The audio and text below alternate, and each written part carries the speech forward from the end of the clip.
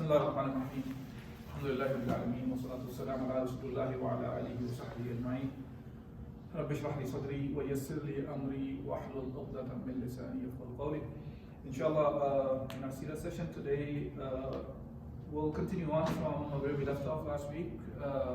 So in the beginning, as usual, I will give a very quick summary from the last week's talk, and then we'll get into the subject of all those small battles that happened prior to Battle of Badr or Ghazwat al-Badr. And we get an idea of what led to Battle of Badr as well, inshallah. And after that, if there's any questions, I'll try to answer.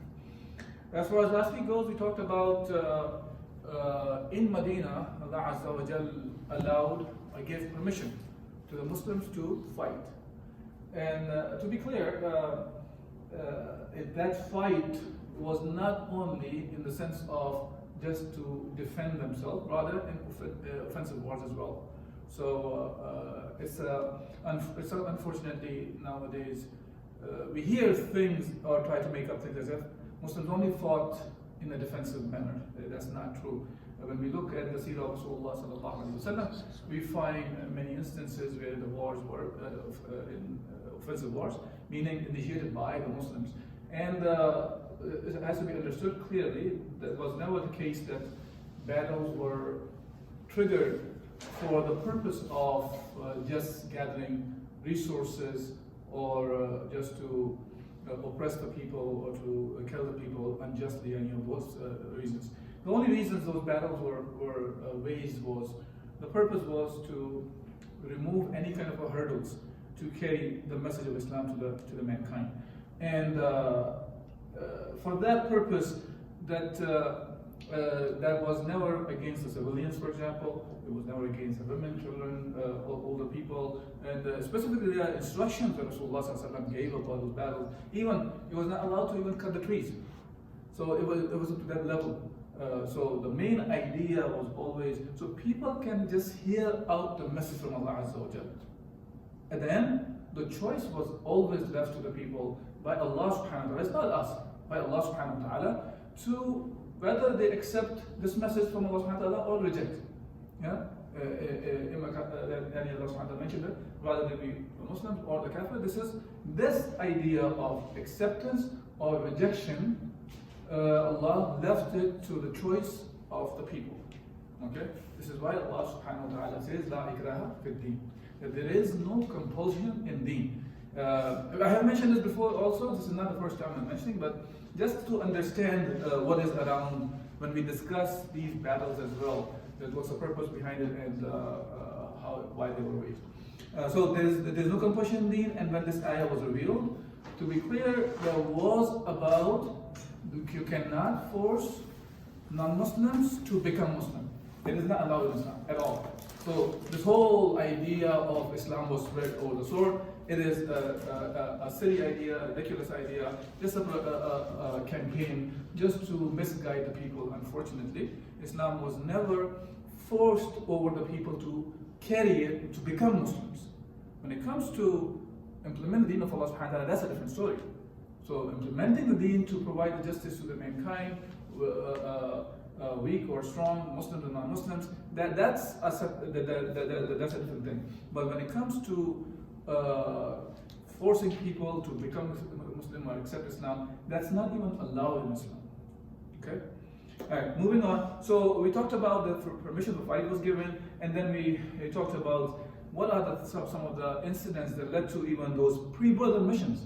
Prior to Battle of Badr, what were the things that were happening around that caused Rasulullah to start sending the troops around the Medina to control the commercial routes that were leading towards Medina?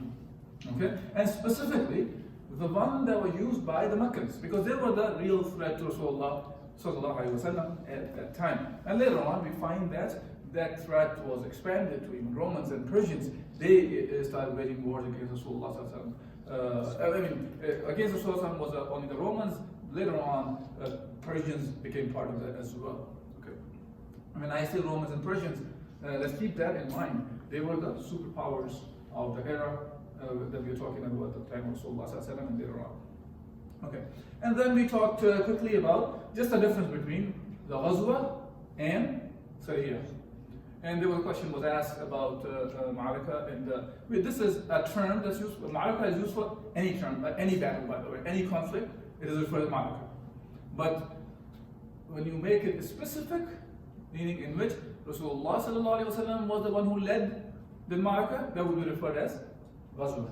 And if Rasulullah sallallahu alaihi wasallam appointed somebody else among the Sahaba to lead that battle or Ma'araka, that is referred as Sariyah.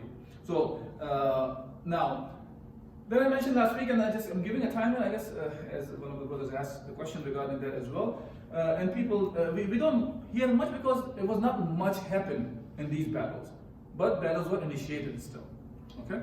Now, as we know, that Rasulullah ﷺ migrated from Mecca to Medina in the month of Rabi' al-Awwal, which is the third month of the Islamic calendar. Yeah. And that's interesting, right? The Hijrah happened in Rabi' al-Awwal, but we say that the first month is Muharram, though. Yeah? Because there was, in the time of Umar al-Khattab radiallahu anhu, when the calendar was adopted by the Muslims to measure basically the years as passed by. They already know there were 12 months in a calendar year, and before the Muslims were fasting, they do the Hajj in the proper time that was supposed to be done. And they were aware of, there's a term that we'll talk today as well, they were aware of which are the ones which are referred as Ashhurul Hurum, meaning the sacred months. So obviously the months were known, but years to count which one is the first year, second year, third year, that was done in the time of Umar al-Khattab radiallahu anhu as he came. And Uthman bin Affan radiallahu anhu is the one who suggested, and the Sahaba had a consensus, that the years will be started from the month of Muharram. And in general, one of the Sahabi who recommended that the Hijrah will be the starting point of the Muslim calendar was Ali bin Abi Talib radiallahu anhu in the time of Umar al-Khattab radiallahu anhu. Okay? So that's about that. So now, Rasulullah migrated to Medina. As a matter of fact, the migration completed in Rabi' al-Awwal. It started in the month of Safar, which is the month before Rabi' al-Awwal. Now, the first 6 months, as those green bullets you can see, those first 6 months, there was no battle happening. The first battle started in the month of Ramadan, which is Sariyah, Sayf al-Bahr. Now, as I said, Sariyah is a term for in which Rasulullah did not participate himself. He assigned a leader from the Sahaba to lead that mission. Now, this is the month of Ramadan, and you will see that quite a few times. It's not only this one as the first, even the first battle happened in the month of Ramadan. And you will see later on as well. Month of Ramadan was not looked by the Muslims as just wake up early in the morning, eat as much you can, and then sleep for the rest of the day, and then break the fast, and then just wait for the Salat al-Tarawih, and this is about it, and you are in just in a very deeply spiritual life you are in the month of Ramadan. Even though this is true, because you feel closer to Allah Azza wa Jal, you are constantly reminded of that you are worshipping Allah Azza wa Jal. Even to the point you remember that you're not supposed to drink water, a cup of water, or eat. So this is a constant reminder. Fasting is one of the things that is important for us. But look, month of Ramadan was looked by the Sahaba as, and Rasulullah, yes, it is the month of getting as much rewards as you can, and the rewards are multiplied in the month of Ramadan. But look, they look for not this way that only I'm going to go sit in the masjid the 24/7. Rather, you find that they were even fighting in the path of Allah Azza wa Jalla at that time. And even the very first one, anyone Ghazwat al-Badr happened in the month of Ramadan as well. And Fatah Makkah happened in the month of Ramadan, and so on and so forth. So what I'm trying to say here is, let's look at the things from the right perspective. And this is one of the key things that I have been talking over and over. When we read the Seerah of Rasulullah sallallahu alaihi wasallam, understand the context first, how and why the things were happening, and Rasulullah sallallahu alaihi wasallam, why he was making decisions. And yes, many times we would not know a reason even. What would be the reason for us? Reason is that Allah commanded, and that was sufficient for us to act as Allah Azza wa Jal commanded. If Allah subhanahu wa ta'ala did not mention a reason for any ruling, we do not make those reasons from our mind. Yeah, which is called illah. Illah has to be from the nas. Nas means from the text of the Quran and the Sunnah. And there has to be some indicators that show that the specific text carries the reason behind hukum. I know I'm going a little bit off the subject. Sometimes it's important just to have at least you heard from me, and inshallah you guys can dig deep later on, or you can have Q&A and we can talk about that as well later sometime. But have some understanding, because sometimes when I was going to school, I used to hear lectures sometime, yeah, and a sheikh will come and sometimes he will throw some terms. And yes, I would probably get impressed, mashallah, he knows. But it has no value if I don't understand what's been mentioned. Just because a term is thrown at me is not sufficient. It has to be clarified. So purpose of our learning is so we know what we're learning. Not just we can hear certain terms and memorize those terms and have no clue what those terms mean. Okay? So I highly recommend you guys, whenever, if any of the terms is not making sense, please write it down and ask me, because sometimes out of habit I may make a mistake that I think that it is understood and I use the term, but maybe it's not clear to you. Or never be ashamed of asking questions. Okay, that's the key thing. Now, so just a snapshot of it. As you can see, in those first 17 months, there were 8 missions were sent by Rasulullah sallallahu alaihi wasallam. And as a matter of fact, it's not really 17 months. If you look at the time period, it's the 7 months, number 7 to 17, right? So there were about, I would say 10 or 11 months in which all these 8 battles happened. Short period of time, quite a bit was achieved in that small period of time. Okay, now the first one that happened was Sariyah Saif al-Bahr, and that happened in the, yes? All the others, they were not battles, the other ones? No, those are just, I'm just mentioning the months. Okay. I'm just mentioning the months. That how from the time Rasulullah migrated until the last battle prior to Battle of Badr. And I'm just mentioning by month. Okay? So first one was in the first year after the Hijrah of Rasulullah sallallahu alaihi wasallam. It was Sariyah. It was not led by Rasulullah sallallahu alaihi wasallam. It was led by Hamza bin Abi Abdul Muttalib. Now Hamza was uncle of Rasulullah sallallahu alaihi wasallam. He was not much older than Rasulullah sallallahu alaihi wasallam, by the way. He was also his foster brother, they call him, but by Rida, and Rasulullah sallallahu alaihi wasallam and Hamza were both breastfed by the same woman. Her name was, if I'm not wrong, Suwayba. She was a freed slave of Abu Lahab, subhanallah, one of the enemies of Allah subhanahu wa ta'ala and messenger of Allah subhanahu wa ta'ala, and his freed slave is the one who breastfed Rasulullah sallallahu alaihi wasallam. Anyways, so they both were foster brothers also by Rida, and he was leading 30 muhajirin. And you will see that in the beginning, Rasulullah, whoever he was sending outside the Medina, he's sending from the muhajirin. And this is why when we talk about Badr as well, when we went out of Medina, Rasulullah continuously asking the Sahaba if they are going to be with him, and Sahaba were responding back from the Muhajirin, and none of them was from Ansar were responding back.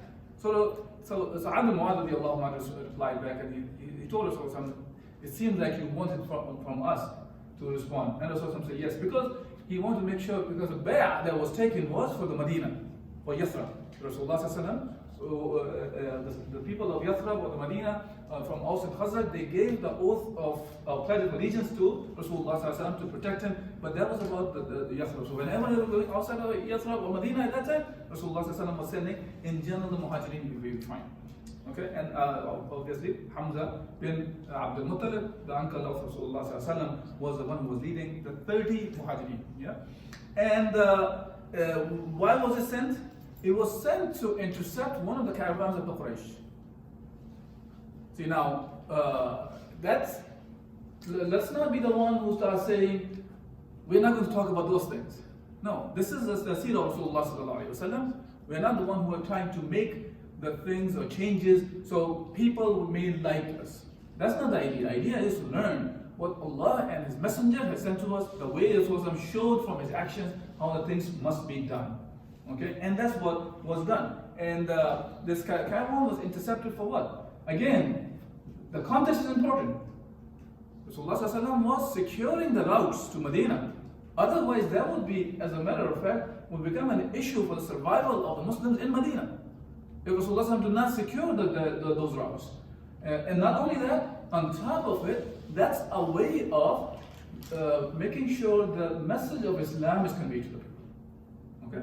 Now, but when they came across, and those 300 people, the caravan that was led by Abu Jahl, now they encountered each other and they were about to fight, but there was a person named Majdi bin Amr. He was in good terms from both sides. So he intervened and he made sure that no clash happened. And one of the things that you will see in all these missions, whether Rasulullah was himself leading or Sahaba were leading, he used to have a person who was carrying a banner of Islam, okay, to show that this is the side of the Muslims. And in this case, that Abu Marthad, or his name was Kannaz bin Hussein, he is the one who carried the banner that Rasulullah sallallahu alaihi wasallam provided. Now, the second one, that happened in the following month. So, first one was in Ramadan, second one was in the Shawwal of the first year after Hijrah. Rasulullah sallallahu alaihi wasallam here, in this case, Ubaidah bin al-Harith bin al-Muttalib. Again, not only these were from Muhajirin, many times they were very closely related to Rasulullah sallallahu alaihi wasallam himself as well. And this is another thing that you will see. Because of the tribal way of life, the way it was, you find that Rasulullah sallallahu alaihi wasallam used to send the people who are closely related to him, so they are the representative of Rasulullah sallallahu alaihi wasallam. Okay?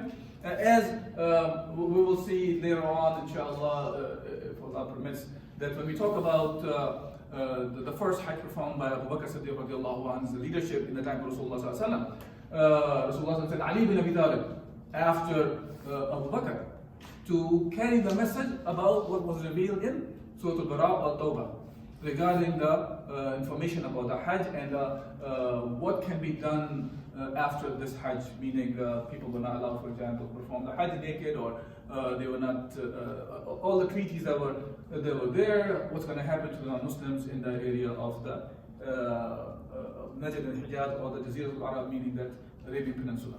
Okay? Again, we'll talk about this later, but Ali was sent because he was the cousin of Rasulullah sallallahu alaihi wasallam and also the son-in-law of Rasulullah sallallahu alaihi wasallam. So he was the representative of Rasulullah. Even Abu Bakr, when he saw him, he asked him, are you going to be Amir or Ma'mur? Are you the one who's going to be lead now, or the one who will be led? And he said that he will be Ma'mur, he will be the one who will be led by Abu Bakr, but he will be sent just to show to the people that he is a representative of Rasulullah sallallahu alaihi wasallam. Okay, now second one, as I said, in the Shawwal, and the Rasulullah sent Ubaidah bin al-Harith al-Muttalib. And he was leading, or was heading, he was the head of 60 horsemen from the Muhajirin again. And he was sent to the place called Badr, where they encountered Abu Sufyan, and who was heading with the caravan of 200 people, 200 men. Now, there were arrow shooting, but no actual fight happened here again. So there was not much was happening in most of these battles, but what was happening here was, first, the Quraysh was aware of the presence of Rasulullah sallallahu alaihi wasallam, and they understood that their caravans cannot be safe if they are moving in the areas which are controlled by Rasulullah sallallahu alaihi wasallam. Okay. One of the interesting things happened here was two of the Muslims from the army of the Kuffar, Miqdad bin Amr and Uqba bin Ghazwan al-Mazni. They defected and they joined Muslims. So while Muslims migrated, there were still some Muslims remained in Mecca, or they became Muslim later on. So these are the two who defected from the army and they joined Muslims. In this case again, the flag was given to Mistah bin Uthatha. Mistah bin Uthatha, see, you see these names, I'm sorry I mentioned quite a few names here, but you will see these names are important. Later on you will see these names are appearing again and again. This is one of the guys who was involved in when there was an accusation against Aisha radiallahu anha. Okay, so just mentioning it, inshallah, when it comes again, you get an idea of it. Again, there's nothing much happened here. And then in the month of Dhul Qa'dah, same year, first year after the Hijrah, Rasulullah sallallahu alaihi wasallam dispatched another army with Sa'ad bin Abi Waqqas radiallahu anhu. And Sa'ad bin Abi Waqqas radiallahu anhu was another one of the cousins of Rasulullah sallallahu alaihi wasallam. And he was heading with 20 horsemen, and he was instructed not to go beyond the area which is called Al-Kharrad. So after 5 days of traveling, they went there, but they discovered that the camels of the Quraysh had left as the day before. When you read this term like that the camels left, of course you're talking about the caravan left. Yeah. And again here in this case, now remember the previous one we talked about, Miqdad bin Amr radiallahu anhu, he defected from the kuffar, and now he's on the side of the Muslims. And this Sahabi, now he became the flag bearer of the Muslim army. Now, after these three Sariya, Rasulullah sallallahu alaihi wasallam himself now, he is the one who led an army. And this thing happened in the second year after Hijrah, in the month of Safar. So it's almost a year after Rasulullah sallallahu alaihi wasallam migrated from Makkah to Medina. Now he himself was leading the army of 70 men, and most of them were immigrants, to intercept. The idea is saying, you are securing all the routes, trade routes, and trade was a key thing for the Meccans. And when we are talking about these trade routes, all these trade routes are what? These trade routes are leading to Sham. And Sham had a huge, the amount of money for the Quraysh that was at stake. As we talked about, was 250,000 dinar, which is was $50-60 million per year was at stake for the Meccans. So that was a real economic issue for the kuffar of the Mecca, and Rasulullah sallallahu alaihi wasallam was making sure that if they are making trouble for the Muslims, they are not leaving them alone, then their life will not be easy either. And of course, now Rasulullah sallallahu alaihi wasallam was in the state because he is leading a state in Medina. Okay, so he had authority. In this case, Rasulullah sallallahu alaihi wasallam said, okay, another thing now you will see, that besides the flag bearing in these battles, whenever Rasulullah sallallahu alaihi wasallam, he left Medina, meaning he's the one who was leading the army now, he would leave somebody behind as a caretaker of Medina. Okay, sometimes you will hear a term as the one who will be leading the salah. Okay, both have the synonymous meaning. The leading the salah here in the absence of Rasulullah sallallahu alaihi wasallam, or taking care of the people in the absence of Rasulullah sallallahu alaihi wasallam, has the same meaning. Meaning now he is the ruler behind Rasulullah sallallahu alaihi wasallam in the absence of Rasulullah sallallahu alaihi wasallam. Okay, but of course this is just a temporary kind of yes. Were the closest companions not there, like Abu Bakr, Sayyidina Abu Bakr, or Hazrat Umar? They weren't there, or they were in the battle. So look, in some cases they were with Rasulullah sallallahu alaihi wasallam. In other cases, even if they were not, Rasulullah sallallahu alaihi wasallam, you will see that he was preparing many people for the many tasks. Okay, what I mean by that is, for example, the one who has the leadership qualities. So Rasulullah sallallahu alaihi wasallam was building those leaders among the Muslims for the future as well. It's not that Rasulullah himself is a leader, and once Rasulullah is gone, then the Muslims have no clue what to do now. So they have many people around them who had the capability of leading the ummah after Rasulullah. So was Abu Bakr capable of that? Abu Bakr and Umar, and in some cases find Uthman as well, and Ali was of course always. These four who became Khulafa Rashidin later on, the rightly guided Khulafa, they were very close people to Rasulullah. Very close. Close to the point, meaning it used to be mentioned as, when you're mentioning about Rasulullah, Abu Bakr and Umar were with them. All the time. Umar and Abu Bakr were with them. And similarly, Uthman and Ali, they were the husbands of the daughters of Rasulullah. Obviously, they were very close to Rasulullah anyways. And about Uthman, Rasulullah married first one of his daughters, Ruqayya. When she passed away, then he made his second daughter, Kulthum. And she also passed away in the life of Rasulullah. As one of the hadith says, if Rasulullah, if he had more daughters, he would have given to Uthman. that close was to Uthman bin Affan radiallahu anhu. Okay? And Ali, of course, he was, as a matter of fact, raised by Rasulullah sallallahu alaihi wasallam. Because when Abu Talib, the uncle of Rasulullah sallallahu alaihi wasallam, was going through hardships, then he took the kifala, or the caretaking of Ali radiallahu anhu. So he was raised by Rasulullah sallallahu alaihi wasallam. So he was that close to him. So those people, you don't find them in general. Some of the cases you will find. I believe one of the cases you will see with Uthman was left. But you find many different Sahaba. Sa'ad bin Ubadah radiallahu anhu, he was already a leader from the people of Medina, from the Ansar. Okay? And now Rasulullah sallallahu alaihi wasallam left him to take care of the affairs of Medina. You will see different names are coming up. It's not just one. At the same time, Rasulullah picked the person who's good at it. It's not just you trying to test them out only. Rasulullah was aware of the qualities and the characteristics of those Sahaba, and he chose them.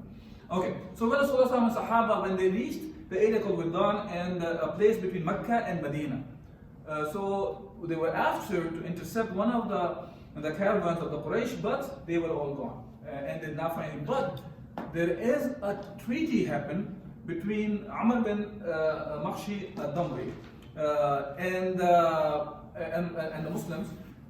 See, when you see the treaties are happening, that itself is a sign of the strength of the Rasulullah sallallahu alaihi wasallam and the state in Medina. Treaty itself means that those tribes have recognized the authority of Rasulullah sallallahu alaihi wasallam. Don't look at these treaties as something you brush by and you don't realize what happened here. And even when we talk about Hudaybiyah later on, that's a clear sign even the Meccans accepted Rasulullah sallallahu alaihi wasallam as a power, or the authority, Medina as a place of power. Now, anyway, so when this happened, the key thing happened is when the treaty was signed, the treaty was basically about as long as these people, Bani Damra, they will not fight back the Muslims. As a matter of fact, they are not supposed to fight back the treaty. 5 minutes. Okay. We started late, man. We did start late. Yeah. For Q&A, I guess. But there's no class, right? Okay. All right. Let me see how much I have talked so far. 4 hours, 17. All right, 27 minutes so far. Okay. But anyways, 5 minutes is fine.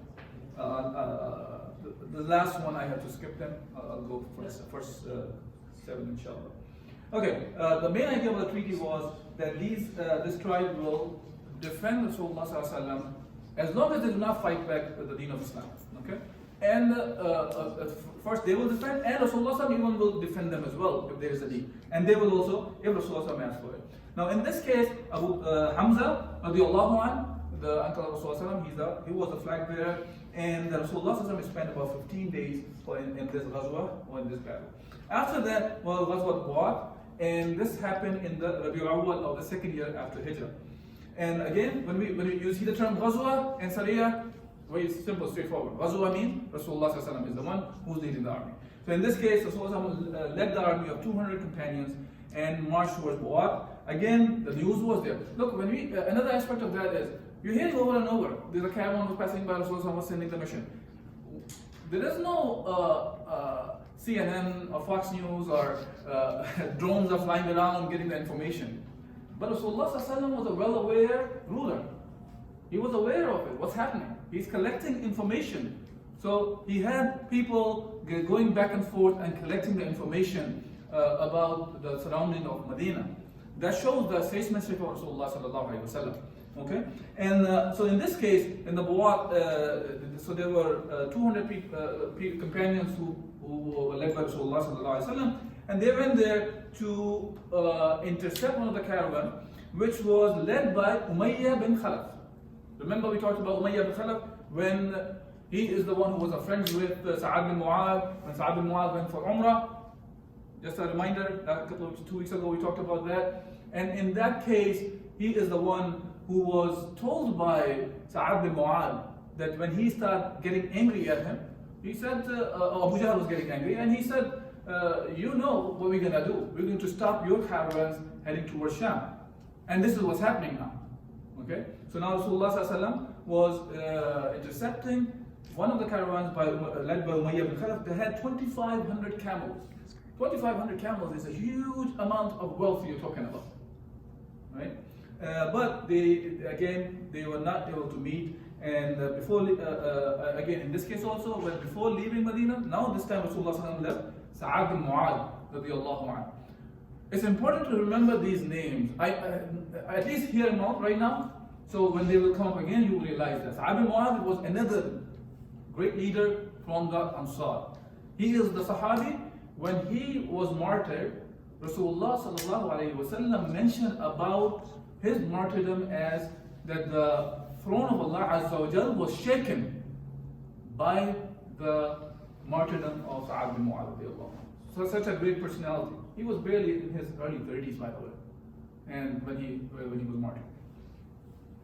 Okay, next one was, which is the Ghazwa of Safwan, and that happened in the second year after Hijrah, in the month of Rabi'ul Awwal. So what happened was one of the armies, you want to call him Quraysh bin Jabir, he had a small group of the mushrikeen, and he looted some of the pastures of the Medina and took some of the animals. When Rasulullah found out about him, right away Rasulullah took an army of 70 men with him and left to fight. But he went there. They were, which was called, the area is called Safwan, which was near Badr. And this battle is considered as pretext of the Battle of Badr as well, because now they have started attacking the Muslims as well. And in this case, Ali was the one who carried the banner, and Zayd bin Haritha, he was the one who was taking care of the affairs of the Medina. So these things to remember: who carried the flag, who's the one who was taking care of the Medina after that, and how Rasulullah was keeping informed about the situation around the Medina. Yeah, these are three main things that you will see here. And the fourth thing is, of course, to secure the borders of Medina. Now, the seventh battle happened before Badr was Ghazwat al-Ushayra. It was in Jumad al-Ula, and which is also called Jumad al-Akhira, second year after Hijrah, and Rasulullah led 150 to 200 Muslims, and they were volunteers. Volunteers meaning, when we say volunteers here, that none of them was asked. They themselves wanted to go along with Rasulullah. And they went out to intercept the Quraysh caravan. And when they reached the area of the Ushayra, they were already gone. In this case, Abu Salama bin Abdul Asad Al-Makhzumi was the one who Rasulullah left behind to rule. Now, as a matter of fact, it's a good start, because the next one, which is the Sariya al-Nakhla, it is a little bit longer anyways. It is important also that how the kuffar of the Makkah, they were accusing Muslims of violating one of the sacred months, which is the month of Rajab. So inshallah, I'll stop here, and if there is any questions or comments, I will try to answer them. Okay? So four things to remember about these. One, the idea was to secure the borders of Medina, the routes that goes from Mecca to Medina, and of course that is for the purpose of securing Medina and making sure that you can carry the message of Islam to the people. Second thing was that Rasulullah always left somebody behind in Medina whenever he was out. And third thing was Rasulullah had a flag bearer for every battle. And fourth thing was Rasulullah was intercepting these caravans. That automatically means that Rasulullah was very well aware of the surroundings of Medina. And when I'm saying surrounding, it's not like a 1 mile, 2 mile, 3 mile distance. We're talking about, in some cases, it's hundreds of miles as well. Okay? Stop here, and if there's any questions, inshallah.